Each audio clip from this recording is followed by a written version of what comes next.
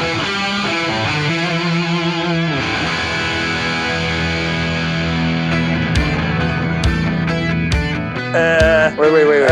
1, 2, do this with me. Welcome to Soundcheck, everybody.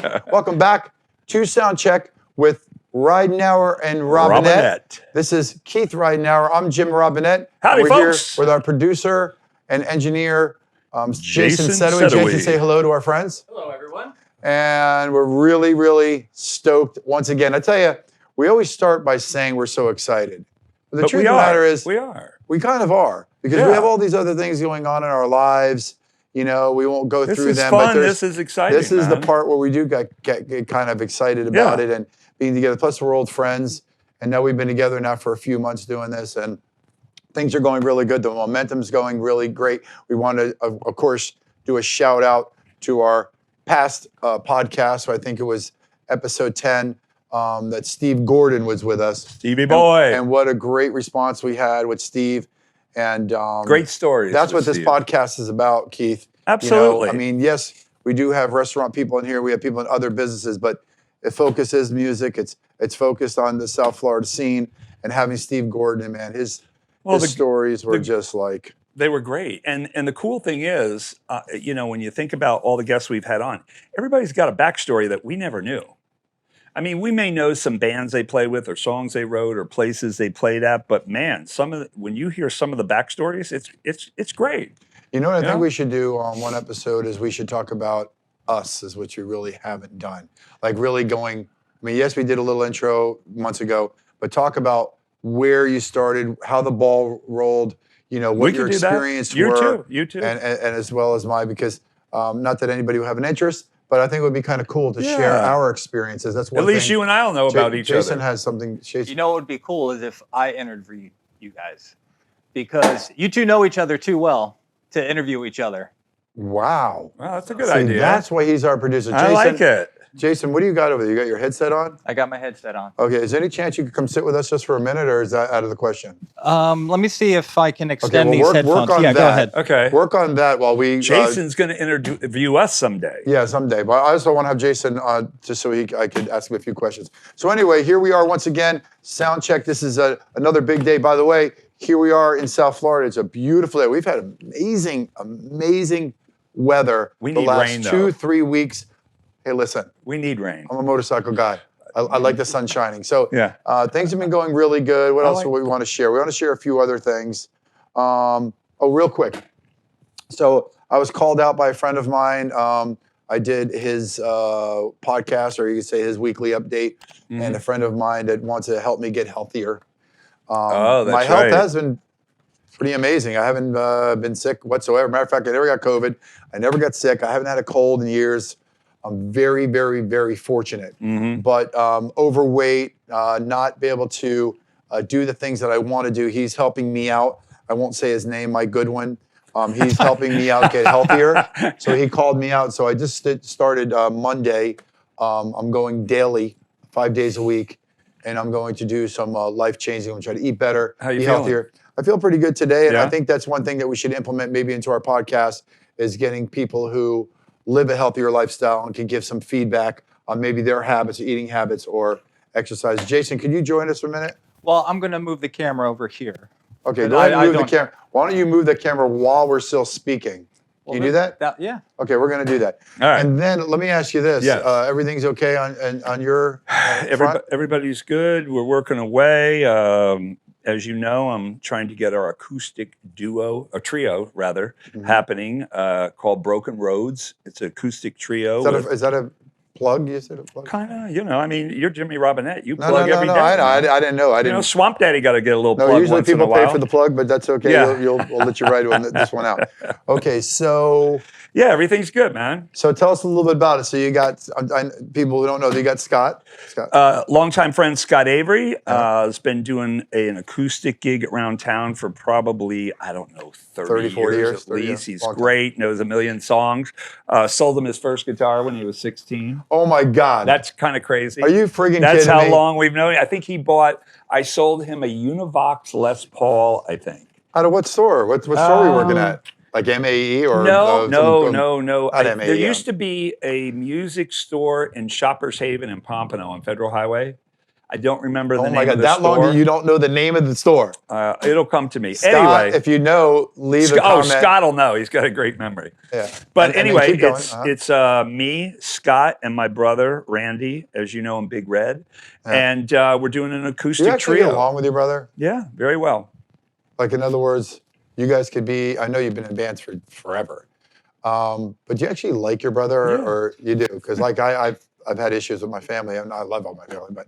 So you like him. That's pretty good. Yeah. He's a pretty easy guy to like. Yeah, he's very easygoing, loves to play. He just loves to play. Loves to play. So the three of you are getting your acoustic trio called together. Broken Roads, and we should be out in the next month or two. So if anybody's out there and wants to hire Keith and his trio, by the way, I did. Yeah, he did. And, he got us our first hopefully gig. they're going to be. Oh, you should maybe do some videotape. I forgot to tell you. Short phone videos, maybe 30, 40 seconds long, 3 or 4 songs. Yeah. We're going to get you some work and get you rolling. Okay. Jason Sedoway. Jason, good to see you, buddy. Thanks. Good to have you part of what we do. And Jason's a huge part of what we do, by the way, out there. None of this is really possible. We wouldn't have we this talked out. about this, me and him originally, like maybe the first conversation we had, like, how are we going to do this? Oh, wait, are you going to get a camera? Are we going to shoot it? We got to find a place. I'm like, he says, wait a minute, I might have a guy. I got a guy over here. I got a guy. So Jason is a big part. He does all the editing, does the audio. He sets all this stuff up. He makes sure that we stay in line because God knows we get off track. So the actual producing end of it is part of what he does. And also all the stuff that you see on the graphics, all the good stuff underneath, all the stats and specifics maybe about that interview that we're doing. Man does it all. So Jason, we want to thank you. So quick shout out to Jason Sedoway. I just wanted to ask you about. We always talk about the Parker. Parker does great advertising, by the way. Parker. What's the proper name? Parker Playhouse. The Parker. The Parker. Yeah. That's so that would be considered. I know it's downtown. Is that near? It's Fort Lauderdale, right? Like the Kids Museum down there, or no? I'm not sure where that is. It's off of Sunrise and I think 9th.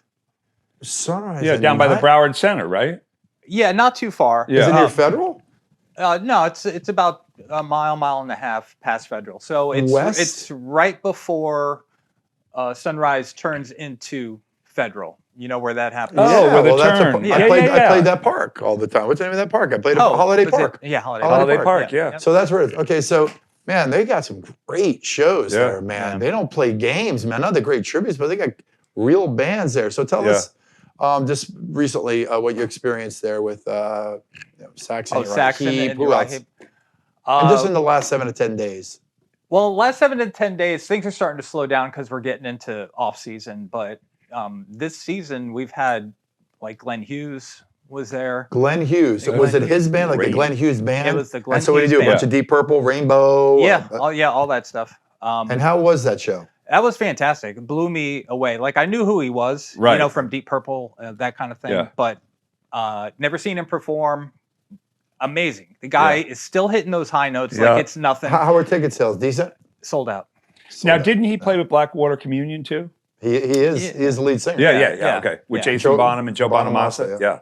Yeah, just an amazing He also played in Dead Daisies. He was the lead singer for that for a while too, or the bass player. Yeah.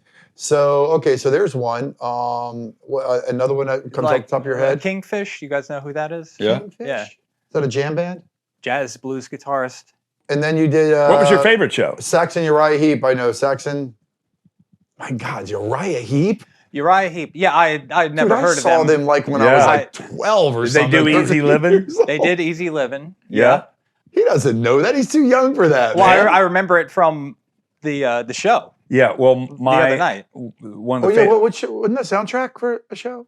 Oh, it was in many. I think they had a bunch of songs. I think also Ken Hensley was the Hammond player, and he eventually went on. Mix Box was a guitar player. Oh man, when I was a young kid, that band kicked ass. Dude, they used to frequent the Sport Hole. Yeah, and they had opening spots because that's where I wasn't a big fan or anything, but I mean they played at Sport Hole several times because I remember it, and they would be on big bills. So great harmonies and stuff, and the song. And then Ken Hensley did his own solo record. He did a couple solo records. So they're from down here? No, but they definitely played down there. Okay. So Uriah Heep and Saxon. Dude, when I saw that dude from Saxon, I remember I was in a band with Ricky Fasano just years ago. We played Behind the Button South when they had the warehouses back there. We did a couple Saxon songs, and this is, early 80s. And this guy's up there. I wonder if that's the original singer. I think it is. Gray hair down to here. I mean, he looked like the Rocky Horror Picture Show kind of guy. And he sounded good. Yeah, no, he sounded great. For 73, he was running around the stage. What was the best show you've worked so far for yourself? How long? First of all, how long you been there? Like, I've been there almost 2 years now. Wow. But this is the first season I was booked full time. So my first season, I came in about halfway through, and I was the new guy. I was just kind of fill-in guy, getting the fill-in calls. Right. Now this season, they've been booking me for almost every show, which is great. So when so people know what you do over there, you do a little bit of everything. So one day you could be doing Spotlight, one day you could be doing monitors, another day you could be doing any kind of production. What is it you do there? Well, like for Saxon and Uriah, I was like the drum tech for the day.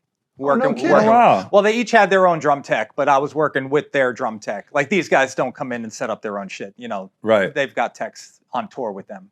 Right. So I was working with the drum techs for the Saxon drummer. We set up a double stage riser. Got it. He had a big cage kit with two kicks. 7 toms, the whole thing. So I was basically working with them, setting it up. Helping the audio guys get it mic'd and all that stuff. So basically you're assisting whatever they need on stage. Yeah, whatever they need. And what's another thing that you might do on another show? Well, they just started booking me for lighting gigs, which I'm excited about. I got my, I had my first one just a few days ago, but it was a very low-key show. It was just a couple looks, but I actually got to run the console for the show, set up the looks, like the pre-show So the lighting, so you'll be in front of a board, you'll get an idea, you kind of know where the faders are, you're working faders, you're working...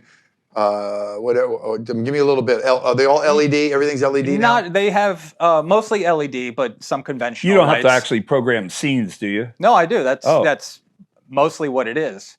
So setting up specials, like we have line sets with fixtures on them. You need a special for this person, special for that. You bring in the line set, you focus the light where the person's supposed to stand. Right. It doesn't always work out that way, but right. Do they have a house guy there? So house guy runs. Front of house guy. Yeah. Well, they've in-house. So the same guy pretty much that runs front of house pretty much all the shows. You're talking about the PA, the engineer. Yes, they've got one regular. They've got 2 other guys. They kind of fill in when he can't be there, but he works like 98% of the shows. He's always there. So even if somebody's on the road, they have their own house guy. Well, a lot of tours come with their own front of house engineer. Right. A lot of times they bring their own console. But Gabe is his name, our front of house, A1. Yeah. He gets them set up. Like he's by their side all day. If they're bringing their own console, they have their own engineer, He's still there to wire everything. Yeah, he makes sure everything's patched right. They're getting everything that they need to get. If they have any questions, he's there to explain it. Explain to anybody who doesn't know what an A1 or A2 is. Well, A1 is your main audio person. He's going to be your front of house audio engineer. So he's responsible for setting everything up on stage or, instructing his team to do so. Miking this up. We need X amount of boom stands. We need X amount of straight stands. This is... He's the leader. He's running the show. Yeah, this is the wiring. This is how many monitors we need. We need 4 downstage. We need 2 by the drum kit, whatever it is. So he organizes and arranges all of that. And then if he's working the show, he runs the board, front of house for the show. He does sound check. He does line check. And I'm guessing an A2 would be what, a monitor guy? A2 is usually the monitor person, and they're there to assist him with whatever he needs. But and what does the A stand for? Audio. Audio 1. Audio 1. Thank you very much. That one. Hey, everybody, I'm not touching that one. Jason, before we close out with you, Jason, real quick, do you know at the top of your head where the next big show might be at Parker? It's something that stands out that people are really looking forward to? I realize this may not be posted until... Yeah, well, it's starting to wind down. And honestly, when I get the call, they usually don't tell me who it is. Like, I'll have to go on the website calendar and see, who's coming up. They just say, hey, are you available this day, that day? During your downtime, are you available to pick up some more business? Like, if you wanted to mix somebody, if you wanted to, help somebody out with, I think he's a little too busy. I'm a little between us. Good. Then we will not be promoting Jason's business today. Look, over the summer is the off season for the theater. I'll probably go down to half the hours I'm working now. So over the summer, would you be I'll able to have plenty of assist time. me in my project? Like if I'm playing out live somewhere and I need a hand. Oh yeah, absolutely. All right. Yeah. Keith, we might need a guitar tech at some of our shows. Would you be willing to I'm down. help out with the Southern Yeah, Blood? I can come set up your whole back line. You can just walk on stage and play. My nickname. Wow! Wait till I get a price on that one. Oh yeah, I'll set everything up. How much it costs? Well, it'd be about $400 $400 an hour. or $500 ought to cut it. An hour. All right, everybody. Hey. Stick around because this is a big day for us. Billy Livesay. No. Livesay. Oh, dude, you're gonna get yelled at, dude. Wait till Judy hears that. Livesay. Say it here. Livesay. Billy Livesay is coming right up. Don't go anywhere. He'll be here in a few minutes. We're excited to have him right here at the Soundcheck Studios, right here in Palm Beach, Florida. Sunny this is South Keith Florida. Ridenour. I'm Jim Robinette. We'll That's see you Jason soon. Sedowy, and we'll be right back. Stick around. Woo!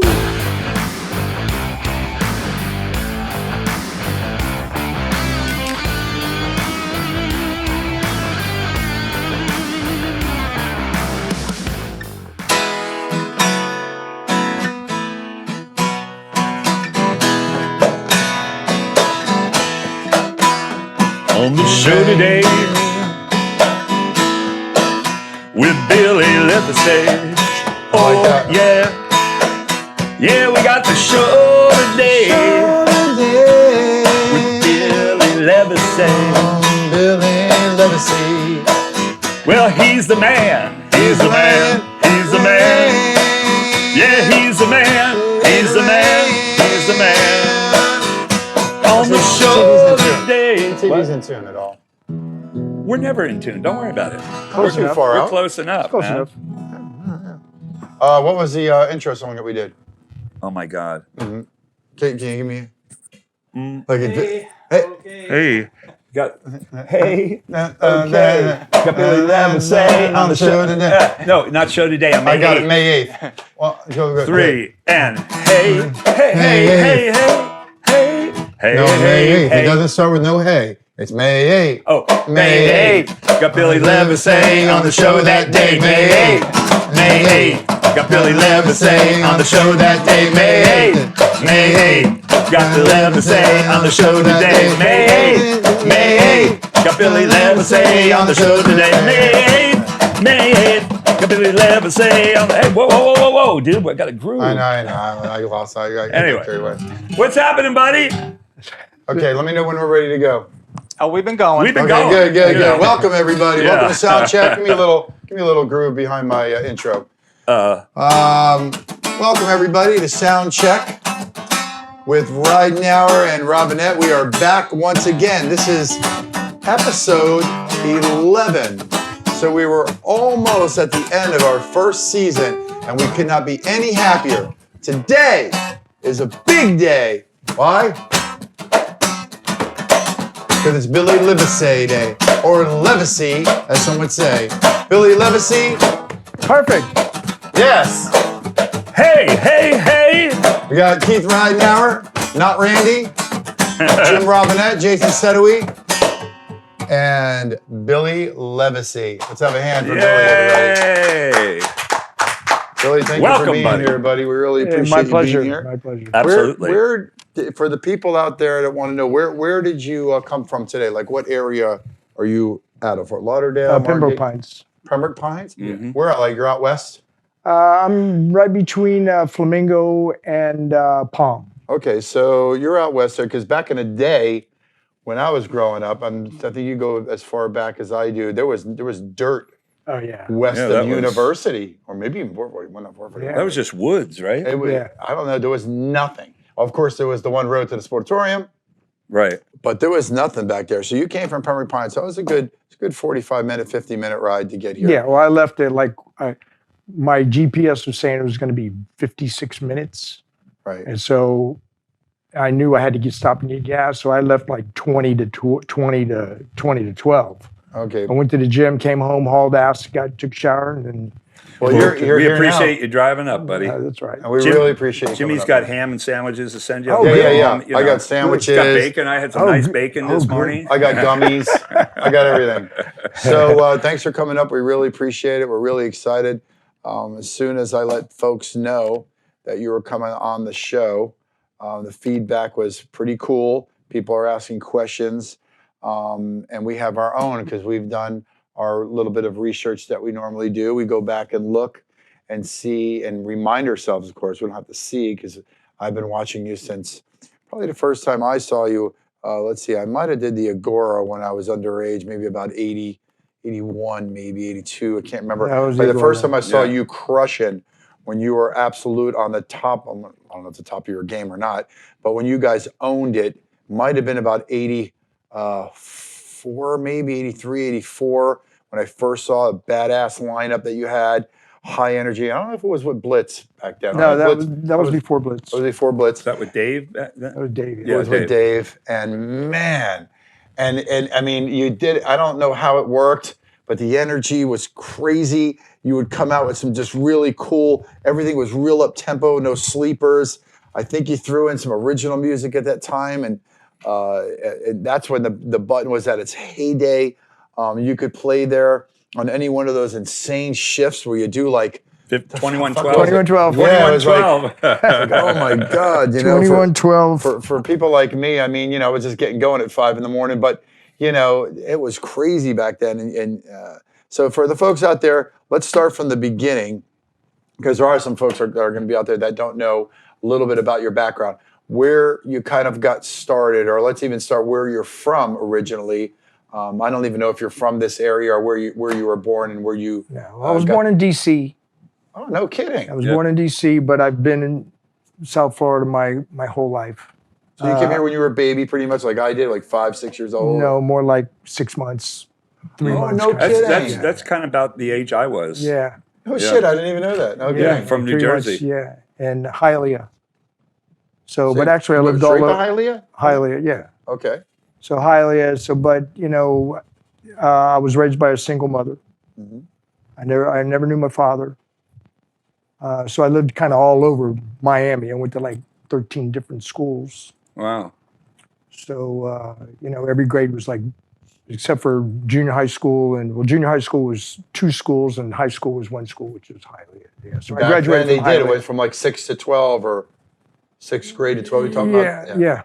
So I lived all over, Miami, lived in Little Haiti, lived in North Miami, lived in Hialeah. So in Hialeah, when you first moved, just like when we moved to it was Pompano, a lot of there cow was pastures. nothing. Yeah, there was a lot of cow pastures. Like when I was a kid, I remember there was no 95. Those were all woods we would go out in. Yeah.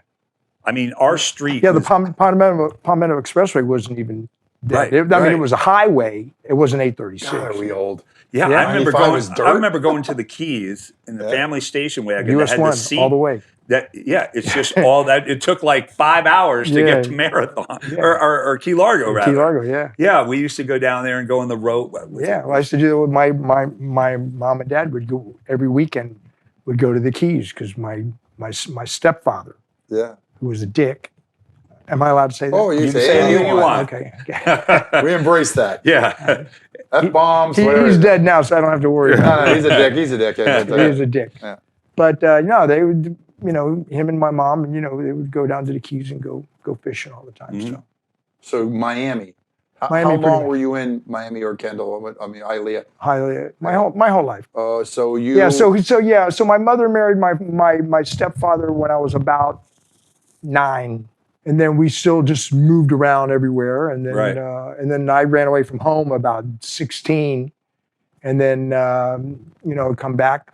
I would live with my best friend. My best friend had a father who was a hobo, and lived in Miami by Silver. You know where Silver Blue Lake Apartments are? Mm-mm. It's on 103rd Street, right by 95. Okay, so it's pretty much in the hood. But I would ride a bike from there all to Hialeah High School. But I would live with my best friend's father because was just a kid and I needed someplace to go. So you ran away. Wow. Were you playing guitar by then? Oh yeah, I was playing guitar. But I was in school. I was in high school. So what age did you pick up the guitar? What was your first I guitar picked up the guitar like around 12. And was that your own doing? Would somebody buy you as a gift? No, originally I wanted to be a drummer. Right. Okay. We all did. But my parents didn't want me beating drums around the house and making noise. Right. Sound familiar? I think Steve Gordon said the exact same thing. Yeah. So you know, and it was right after the Beatles, you know, and so that Christmas of '63, I got a guitar, Kent guitar. I had a Kent amp. A Kent guitar. With a Kent amp with a little, I think it was like maybe a speaker. Yeah, maybe even smaller than that. Okay. But what was funny, we thought we needed to make the amps louder, so we would just hook up a bigger speaker to the amp, thinking that it would by hand, right? Just wire the wires around it. So we get a big old giant speaker and set it on the outside, and wonder how come it's not any louder than it was before. So you got an acoustic at that age. I'm sorry? You got an acoustic or an No, electric? it was an electric guitar, yeah. So we used to ride our bikes. So I used to have a Stingray bike, and we used to have, you know, and I had a soft case for the guitar. So we'd put the guitar here and the amp here, because it was like a little suitcase. And Oh my God, isn't that crazy to think that, man? Yeah. You had Well, we all did it. You know, we all I did think it. my first That's electric true. was a Sakova, $35. It was white. And of course, the neck was thick as a 2x4. My brother and I were talking about this. We were laughing about it the other day. I had a peace sticker on it because of Hendrix. And I sewed shag carpet. That's how I made a strap, because everybody had a fluffy strap. So behind our house was this carpet warehouse. And I went out there to their dumpster and I found some scraps and I sewed 2 strips of big blue shag carpet together, and I made it with fishing line. That was my guitar strap. It was hysterical, man. When you think back, you know. So when I got the guitar for Christmas, I would go to, I was going to Horseman Junior High School. And so I would take guitar lessons at Ace on 7th Avenue. And then I was there forever. And then they closed down and went over to North Miami. Yeah, that was on Dixie. Dixie, right, Dixie. Like around 140, 120, Then it became Space Music. Yeah, I remember. Yeah, people think, Ace, I'm going to go ahead. No, it's Space now. So yeah. So you're playing guitar, ran away from home. You got your guitar. Well, by the way, he said he had a case for his guitar. A lot of kids didn't have a case. So you had a case for the guitar. Well, I had a soft case. It was like a little soft case for the electric guitar. Yeah. So now get us moving through this. So So did you stay away from home at that point until you got No. your own place? I was living at home then, but that was when I was like 13 or 12. And so I was in 7th and 8th grade, it's at Horseman Junior High School. And then we moved then we were living in Miami at that time. So we moved from Miami back to Hialeah with my stepfather. And it was right by Miami Lakes. So I was going to when I was going to high school there, then I was playing in the neighborhood with guys. That's when I started playing with Johnny Orns, who was one of my best friends, who became the bass player for Tight Squeeze. Oh, okay. And then a big afro. So started playing with Orns, and I played with my best friend, whose father was a hobo, who I went and lived with. But at the time, his mother had remarried some rich lawyer guy. So basically, here's a single parent raising my best friend and his sister. So we're going to the beach one day, right? And about 14 or 15. And as we're going to the beach, he's driving because he was a couple of years older. And he goes, this old stumblebum was walking down the street. He goes, that's my dad. And I go, well, you should stop and say it. He goes, no, we'll get him on the way back from the beach. So when we went back to his house, we met him. And then I had developed a relationship with him over there because he was a certified hobo. All his hobo buddies would come down from Georgia in the wintertime. And I wrote this song called Drunkard's Lament. It's on one of my CDs. But anyway, it's all about him. They used to smoke in bed, and the beds would catch on fire, and then they just sleep on the floor to get off the burning bed. And then the neighbors would start shooting their hoses in the window to put the fires out. Wow. So anyway, I lived there for a while, and then I moved back home, and then I ran away from home and went to New York. Okay? This was the summer of '69, you know. And so that was the first time I had ever been out of Florida. And then it was like, why New York? I got to ask you. Well, because I had a friend of mine. He was a couple of years older. He moved to New York and was living with his aunt, who was who sold costume jewelry to like Macy's and Bloomingdale's and all these places. So I went up there and I stayed with him. Meanwhile, he had a job working on Wall Street. Okay. So during the daytime, all I would do is walk around, you know, Central Park, and I'm just, you know, and I took weed with me. So I like, you know, and the weed from Florida at that time was really good, and the weed up there sucked. So, right. You know, so you bring some weed up there. Now you were walking around New York City. Yeah, walking around New York City. Yeah, in Manhattan, all day long. And how old are you at this point? I was 17. Wow. I was 17. So how'd you get up there, man? Yeah. So, well, what happened was I ran away because of my father. Okay. But as it turned out, my mom just told him some story and he never ever knew that I had run away. So that was kind of fucked up. Okay, so now you're in New York. So now I'm I'm in New York. And then what happened was the aunt of my friend, she found out that I was a runaway. So when she found out that I was a runaway, then she said, "You got to go." It was just a coincidence that my stepfather, he was from Bayonne, New Jersey.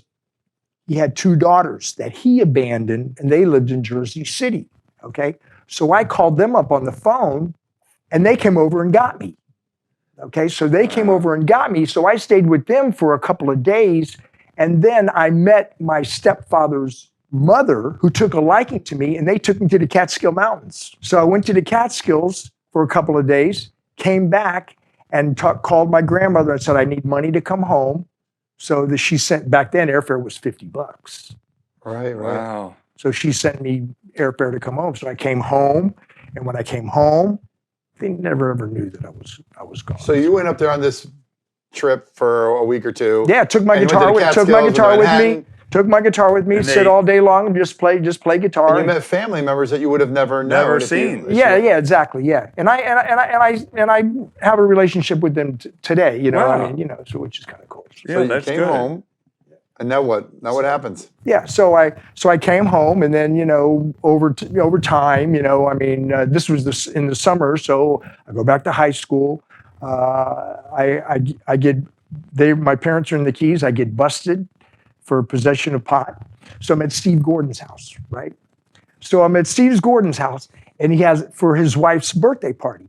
So they have all these, this is probably about 4 years ago, maybe, right? Just before COVID. And so I'm saying there's all these, Steve's married to a Russian woman. So they've got all these Russian people. So I'm trying to remember everybody's name. And I said, and that guy's name, his name's Dennis, right? He goes, "Yeah, he used to be a cop." I go, "No kidding." He goes, "Yeah, he used to be a Hialeah cop." So I go, "Oh my God." I go, "What's his name?" He goes, "It's your dad." His name's Dennis Wallace. And I go, "That's the guy that busted me when I was 17. Oh, wow. So I went up to Are you kidding me? Yeah, so I went up to him and I said, and he was retired. He was a retired police officer at this time. So I went up to him, I said, "Dennis Wallace." And he goes, "Yeah." I said, "You're a narcotics detective for Hialeah, right?" And he goes, "Yeah, that was a long time ago." I go, "Well, you busted me for possession of pot in 1969. He goes, "Oh my God." He goes, "Well, what happened?" I said, "Well, I had adjudication withheld." He goes, "Oh, thank God." You know, because I could. I mean, I went to me and Johnny Orange from from Tight Squeeze. We got busted, went to jail, went to Hialeah jail, and then took us the next morning to the Dade County jail. So I was in Dade County jail, almost overnight. To this day, do you have a record? I'm sorry?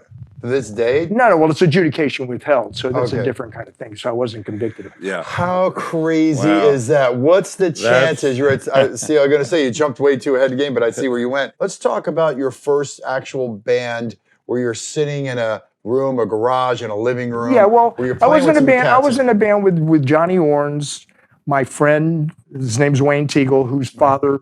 I mean, he lives in Tennessee. That's the guy that I go and visit in Tennessee all the time. Yes.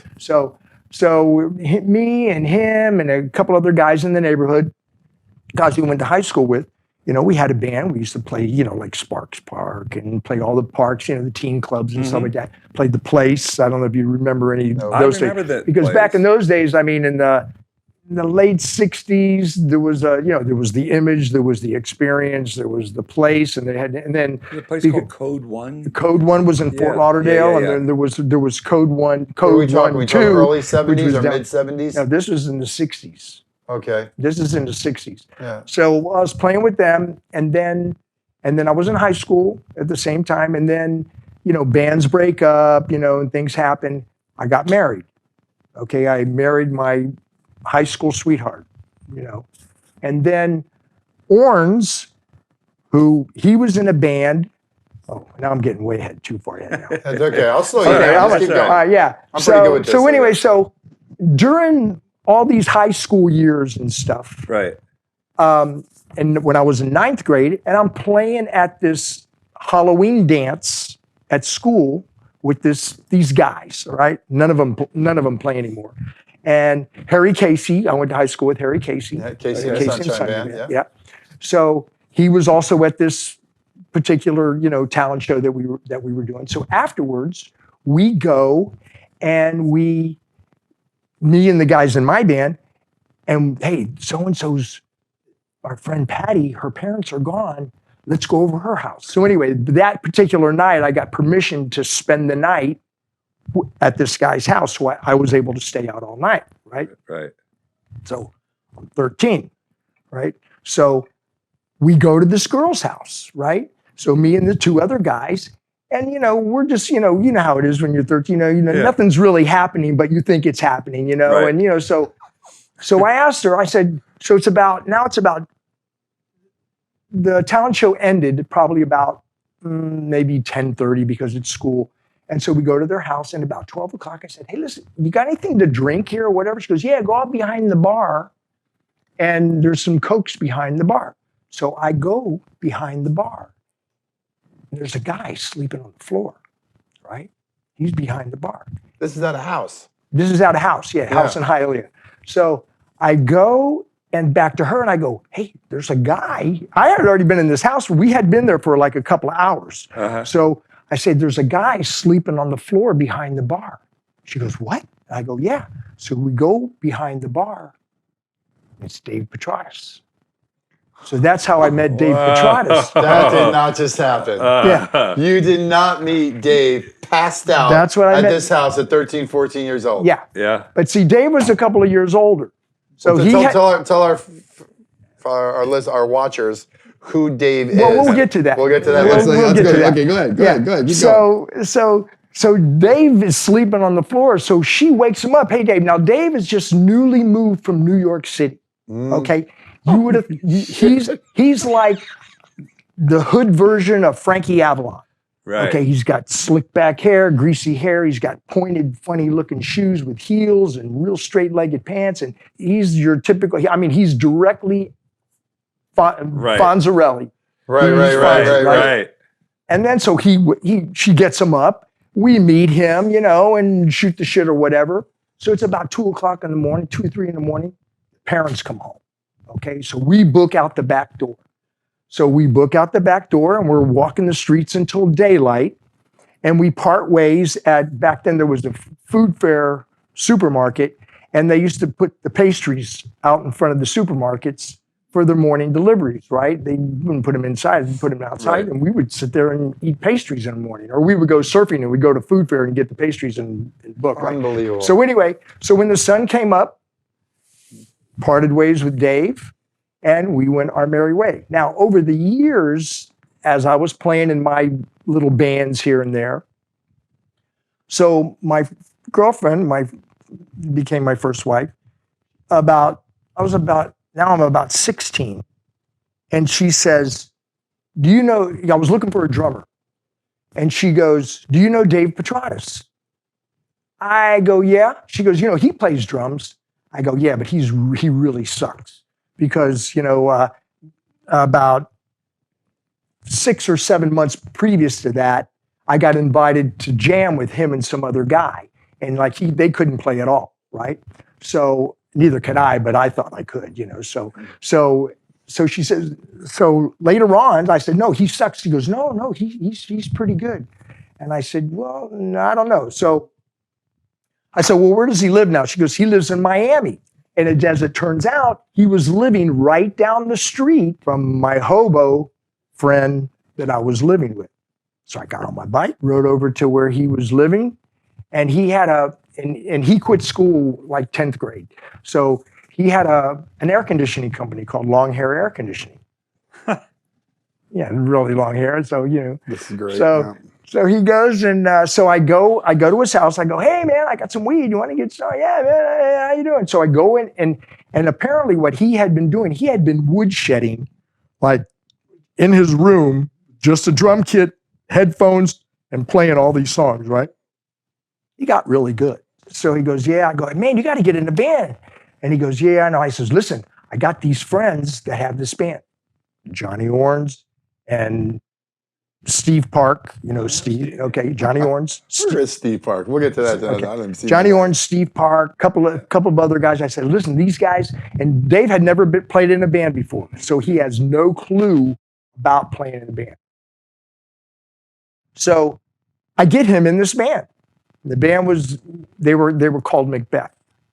So I get Dave in the band. Steve I knew from high school. And so the next couple of years, so now I'm 18, 19, Dave's about 21, 22. So they're playing, and then so they're out on the road, right? And as they were out on the road, they come back into town. I'm kind of skipping over a lot of stuff that's kind of, but anyway, they come back into town, and I had gotten married. I was married at the time. I just had my daughter, and they said, listen, we're going back out. Larry quit. Larry Nuremberg, who was the guitar player at the time. Mm-hmm. I said, okay, I'm going. I'm gone. So I told my wife, I go, listen, you're going to sell all the furniture, and you're going to move back in with your parents. Okay? Me thinking, okay, this is casual. You know, I was, you know, what did I know? Wasn't very mature. I didn't know shit from apple butter. So I'm thinking, so she goes and tells her parents, he left me and he told me this, and you know, which I can understand, you know, now looking back, it's kind of crazy. So we go and we get a house in the North Georgia mountains. Okay, we thought we were the Yallman Brothers, right? The band gets a house in the North Georgia mountains. Left the wife and the kid behind. I told her I'm coming back to get you. Okay, I'll be back. Oh, wait, I know a little bit of this backstory because me and you spoke about it because I found an old picture. Yeah. So remember I texted it to you and you were like, go ahead, keep going. So I tell her, I said, listen, I'll be back in a couple of months to get you. Oh yeah, sure. You know. So meanwhile, her parents are hating me because at the time I was working for her father. At the shipyard in Port Everglades, right? So we pack up. So we're in my van, right? I had a van. So all the way there, it was one of those Ford vans with the motor in the middle. Yes, right. Okay. Econoline. Yes, yeah, Econoline, exactly. So we blew the head gasket in the Econoline on the way up there. So the whole way we're there, we had all these jugs of water, and we're just putting water and so we could keep driving, right? So when we're there, Johnny decides, Orns, he ain't going to the mountains. He goes, fuck that, I'm not going to any mountains. So he quits and he joins a group called Ricky and the Rockets, right? Which is like a sha-na-na kind of thing, right? So the singer that they got, Angel, who came down with him, he's playing bass now. So we go to the North Georgia mountains, we get a place, we come back to get Steve's organ and his Leslie. He had a Hammond B3. Right, I remember. Hammond B3. And we get my wife and my daughter, and we take them back to the North Georgia mountains. So we did that, and we were on the road up there, and we got a booking. They got the same booking. Dave got the same booking agent for us. The name of the band was Smokestack Lightning. So we lived there for approximately a year, and then the band broke up. Okay, you were just playing. Were you playing clubs up there? We were playing clubs, yeah. Wherever they'll have you. Yeah, original music Georgia. Covers. All through Georgia. And back in those days, you played the same place for a week. Right. Or, you know, there was no one. I was doing that. So, and then I think you saw the thing that Joe Lopez did. So that band, we did a week with Leonard Skinner. at Finocchio's, at this club called Finocchio's in Atlanta. And Ronnie Van Zant was sick, so we played they played the whole week instrumentally, because it was at the time they were recording their record. So that's all what they would do. They would play both sides of the record. They did 2 shows. We did 2 shows. So now I met Al Cooper, and kind of hung with Alan Collins, but we didn't know who these people were. Right. I mean, knew who Al Cooper was, but I didn't, from big producer. well, he was from the Electric Flag and then Blood, Sweat and Tears, and so Al Cooper, he plays organ on, for Bob Dylan, on some things. And anyway, so we played a week with those guys. Ronnie Van Zant came back on the weekend. They were great. So anyway, so that band broke up. I came back to Florida, and we regrouped, and we got a girl singer named Kitty Woodson, who wound up marrying George Terry. Oh, yeah. Okay. George Terry. Yeah. I know that name. Yeah. Co-writer for He played with he was on Clapton's 461 Ocean Boulevard. Okay. So played with so Kitty, and that band was called Mother Goose. Okay, and that was a road band, so we were playing around Florida and stuff. So when that band broke up, I started playing with this band from Fort Lauderdale called Uranus, and the drummer from Quiet Riot was in that band. Frankie. Frankie Benali. Yeah. So we had that band for a little while, and then so Dave is saying, "Okay, man." So Dave and Steve. They were out on the road with Larry and Johnny again, with those same guys that had quit, and so things come back around. So they quit that band again, and then Dave goes, "Hey, listen, let's form again." So I said, "Okay." So that's when we formed Slider. Gotcha. And that was 1970. Give everybody update. Yeah, what year? That was 1975. 75. That was Wow, 1975. that's So your band was together a long time. I probably met you in 82, maybe, at the Treehouse. Yeah. Because remember I sold you the ES 335? Yeah. Sunburst one. Yeah. Yeah. Man, I wish I didn't do that. Yeah, me too.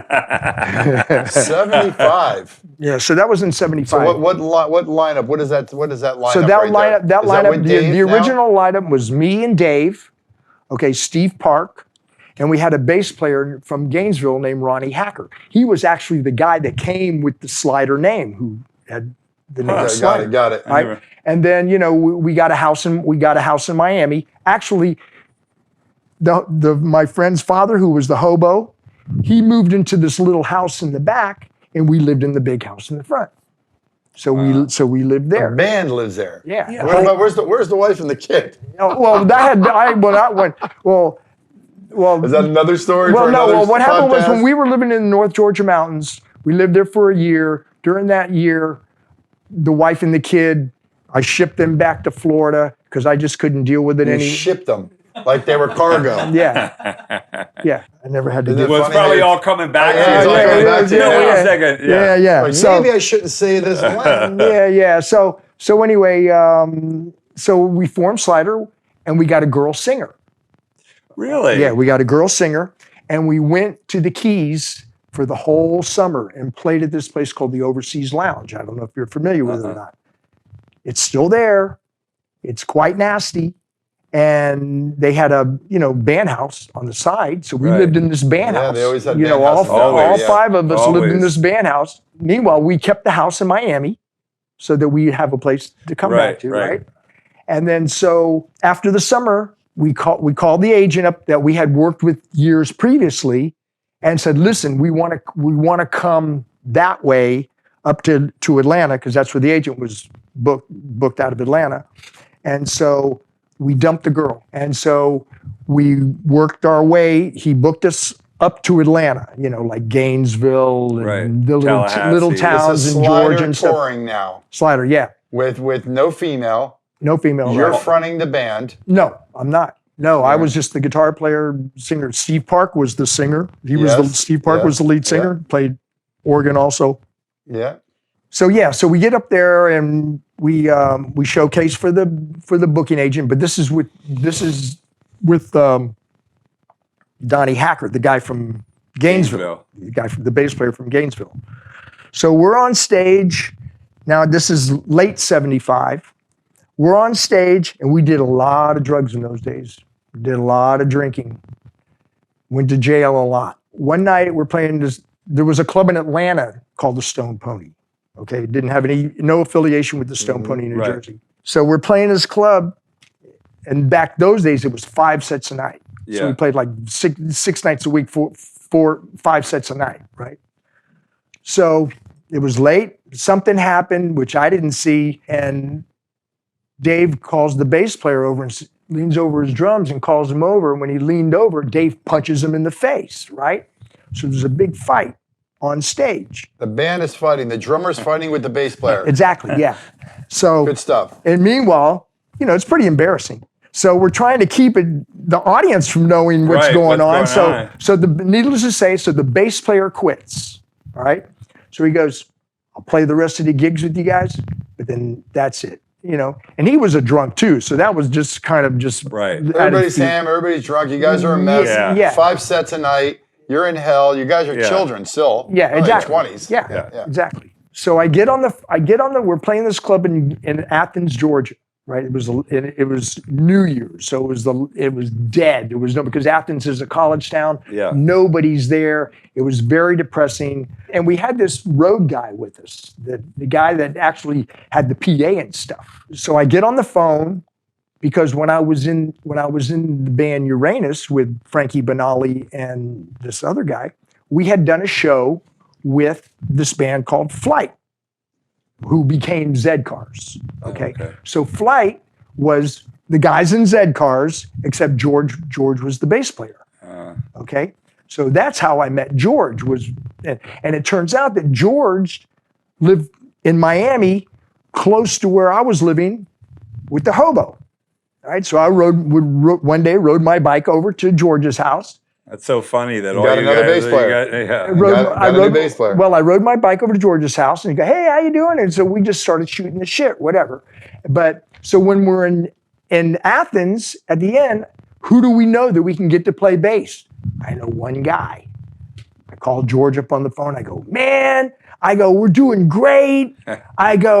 We're on the road. We're doing this and that. And he goes, "Yeah, man, I went in on that, right?" Oh my God, poor guy. Yeah. So then we poor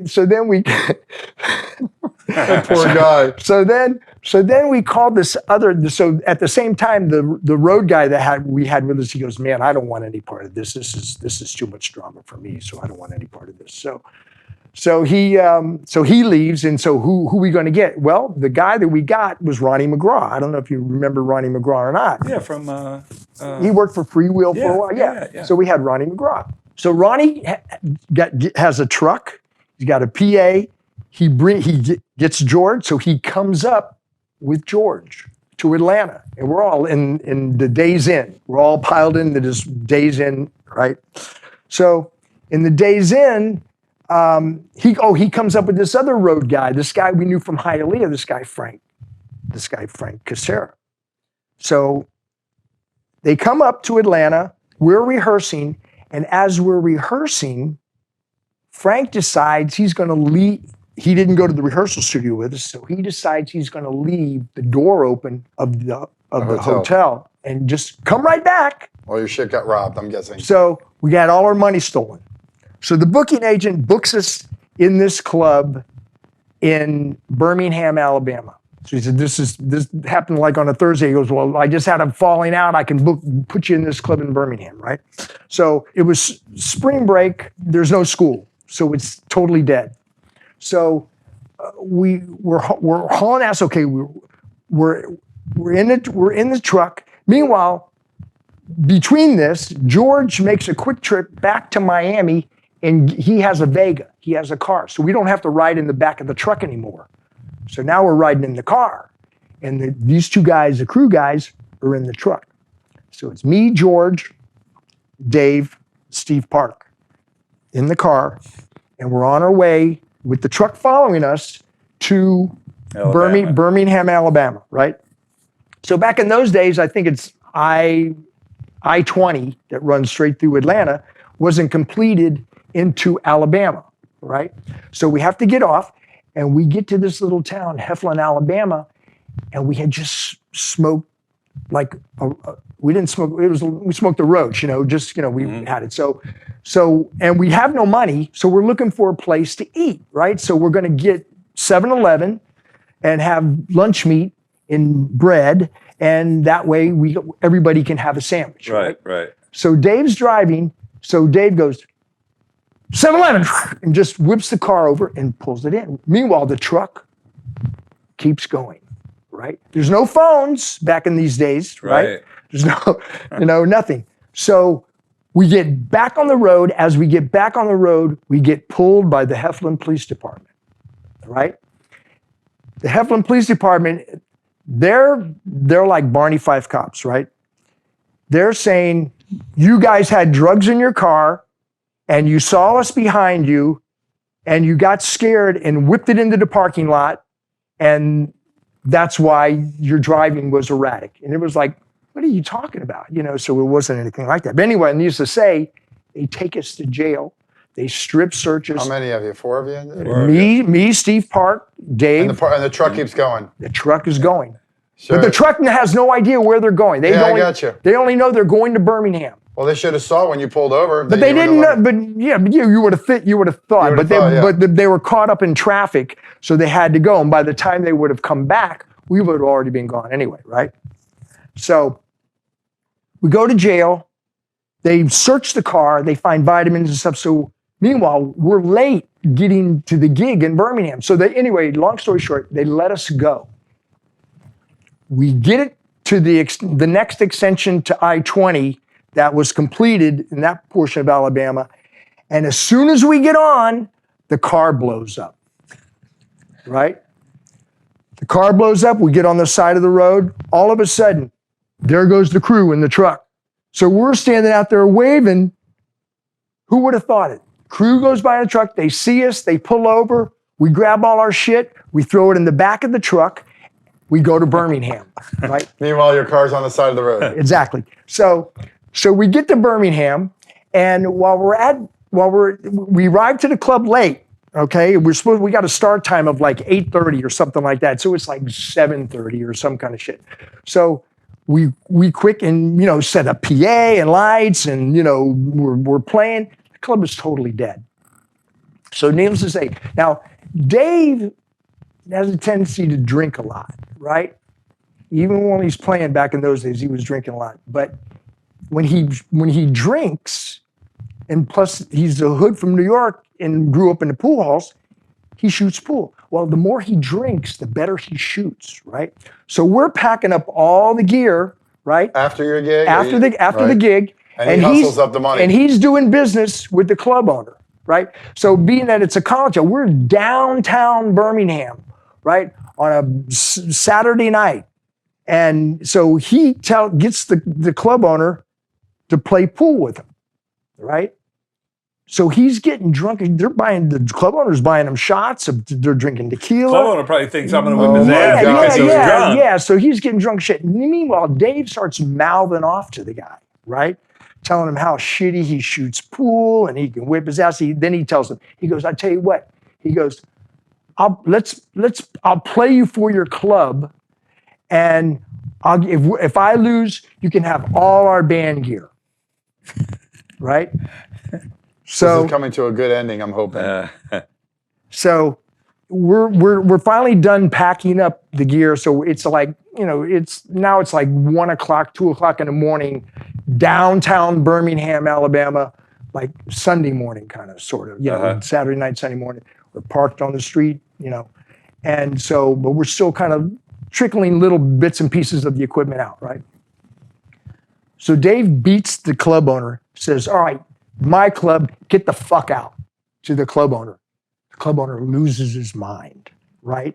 He gets his bouncers, and they're going to beat our ass. He goes, you guys get the fuck out of here. So they take the stuff, but now we're outside of the club. The club, he locks the door, he leaves, right? And we're there still loading the rest of the equipment. So Dave gets in a fight with Ronnie McGraw, and they're like duking it out. Dave picks up the base of a mic stand and he throws it through the plate glass windows of the club, right?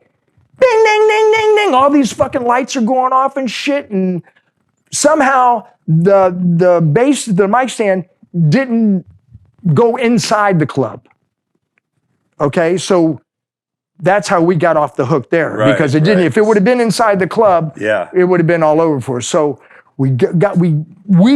everybody, strong arms Dave's, he was out of it anyway. We throw him in the back of the truck, we pull the lid down on the truck, and we haul ass. All of us are sitting in the front seat of the car, it's front seat of the truck.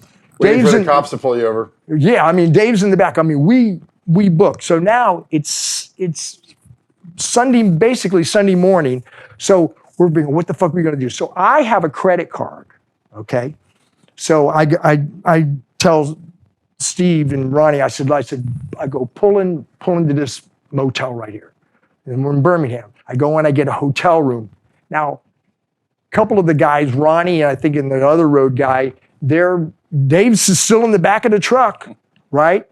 He's done pissed all over everything. You know, he's lost his mind because we weren't going to let him out. That's not a good drunk. Yeah, we weren't going to let him out, right? So now so we go in. I think it was me and Steve and George go into the motel. We sleep in the motel. So now it's daylight. We're in Birmingham, Alabama on a Sunday morning. Everybody's going to church. Yeah. Okay. So we go and we do let Dave. We didn't hear any noise in the back of the truck, so we assumed Dave's sleeping.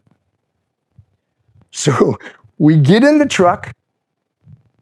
We got to go get breakfast. Let's go to Denny's. So you know how Denny's has got those big windows in the front? So we back the truck up to Denny's. Meanwhile, Denny's is packed with people going to church in Birmingham, Alabama. So we get out of the car. We all have really long hair. We're all like nasty looking. We throw the back of the truck up, right? No Dave. No, Dave's in there. Dave's not here. So Dave's standing there. He's got no shirt on, right? He's all disheveled and he's holding a mic stand and he's gonna kill us. So we throw the doors up on the back of the truck. And all the people inside are now looking at us. Sunday morning. And Dave starts swinging the friggin' stand. Yeah. So we're going, wait, you know. So now he's not so drunk anymore. So he's kind of getting a handle on it, right? So long story short, we go inside Denny's and sit down and have breakfast. Don't go anywhere. We're going to be right back. This is Billy Livesay right here. Sound check's going to take 1 minute. We'll be right back. Stick around.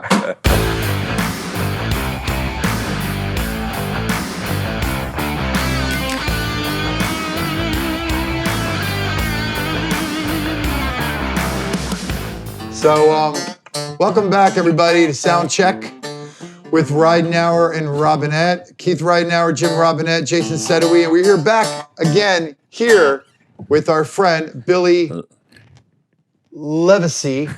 Perfect. And we're happy to have him. We're going to get into some good stuff now. This is where the meat and potatoes. We're rocking it. When you have tons of stories, man, you know what I think about sometimes when I'm doing this? I have to say I'm a Howard Stern guy. I've been listening to Howard for probably, 35 years since I was a young guy. His interviews are the best part of what he does. And you can't get the story in an hour. You can't. I think he had Jagger. He had Jagger for like 20 minutes. He had Robert Plant for less than an hour. I mean, it's hard when you got a story of 50 years, 60 years of playing music. Yeah, it's impossible. And being on the road. You can't. So what we're going to do is we're going to push forward. We're going to squeeze them. And we're going to get the good stuff right now. Squeeze them. So, let me say one thing real quick. Yes. Okay, just to go back to when I was playing in the Keys. Yeah. That's when I met Steve Gordon, when I was playing in the Keys. And Steve mentioned a little bit, he bring your name up in his interview, as well as you, through Tommy, and you got him implemented into the royalties system. Oh, okay, yeah. And he was very grateful for that. So let's talk, I'm gonna push it forward. Okay, Slider, let's get back into Slider. Let's get you back to where things started moving forward. You're in Birmingham, it's a mess up there. Everybody's drinking, partying, getting all fucked up. Now we're going to come back to Florida. Let's get back in Florida. Okay. Let's talk about things when they were cooking, when you started really crushing. The band, by the way, was just something you'd have to see? Do you have any old footage, live footage of you guys just like busting it out back then when you guys were at your A game? Yes. Yeah, because there's stuff on YouTube, but prior to that, leading up, I need to say so. Please. So now we're talking we're in 1976, and then we decide we need to get a guitar player. This is where Jimi comes in. Right. So we need a guitar player because Steve was doubling on guitar and doubling on keyboard, and he was the lead singer. Okay. Yeah. So now we're going to get a guitar player. The first guy we went to was Chris Bacon, because we knew him from Flight, from Zed Cars, you know, and he was one of our best friends. But he already had like a bunch of kids, and he had a new kid on the way, and he was doing the right thing. He said, "Man, I can't do it." And by that time, we were actually doing okay. We lived off $5 a day. Okay. We didn't get paid any money whatsoever. Everything was totally communal. If you needed strings, if you needed drum stuff, the band paid for it, and we gave everybody $5 a day for food to live off of. Bar tabs were like $200-300 a week. I didn't drink, but the band paid the bar tab, which I didn't get any money from that, but you know, it was part of the deal. So how'd you find your guitar player? So anyway, the band that I was in before Slider, Uranus, Jimi took my place. He was the guitar player that they got. So we were trying to figure out who we going to get. So we went to Jimi, because back in those days they called him Ronnie Richards, because he was just like Keith Richards and Ronnie Wood. He knew all the open tuning guitar styles and stuff of Keith Richards and stuff. And we were kind of doing some of that stuff in the original songs that we were playing. So anyway, long story short, we got Jimi in the band. So this was early 76, around March or so of 76. So before summer. So you get Jimi in the band, you're putting together covers, and Jimi we just incorporated Jimi into what we were doing. I mean, were you writing your own songs as well back then? Yeah, because we were always doing original songs. You're always doing original songs. So you're doing clubs. Did you stay in Florida with him? No, we didn't play in Florida at all. Okay, so you were actually moving and grooving. Yeah, we played, you know, all the whole southeastern United States. Southeastern. Who did you have one primary agent back then? Yeah, the guy Phantasma? I'm sorry? Phantasma? No. What this is is way later. Yeah, these are guys from Atlanta. Booking agents from Atlanta. Yeah. So they would book up you a bunch of dates. So things are going pretty good because you're getting good responses. Right. Because if the band blew and it just wasn't happening and alcohol was involved, you're not touring anywhere. Okay, so in 1978, now we've been together with Jimi for a couple of years, and we were playing everywhere. Yep. So we got to get management. So we go through one manager, you know, and then it's like, that ain't working out. So we knew we had to go to the Atlanta area. So we call up Alan Walden. Now, Alan Walden is the brother of Phil Walden from Capricorn Records in Macon, Georgia. So on the way to Atlanta, we call him up. We said, "Listen, we got this. You know, we sent you we actually sent him tapes a few months previous." He goes, "Yeah, I got your tapes." I said, "Well, we're going to be in Atlanta." He came to Atlanta and saw us, signed us in the dressing room, signed all our publishing, signed management, signed the record deal, all this stuff with Alan Walden. So we started recording at Capricorn Records at that time. Which is where? Oh.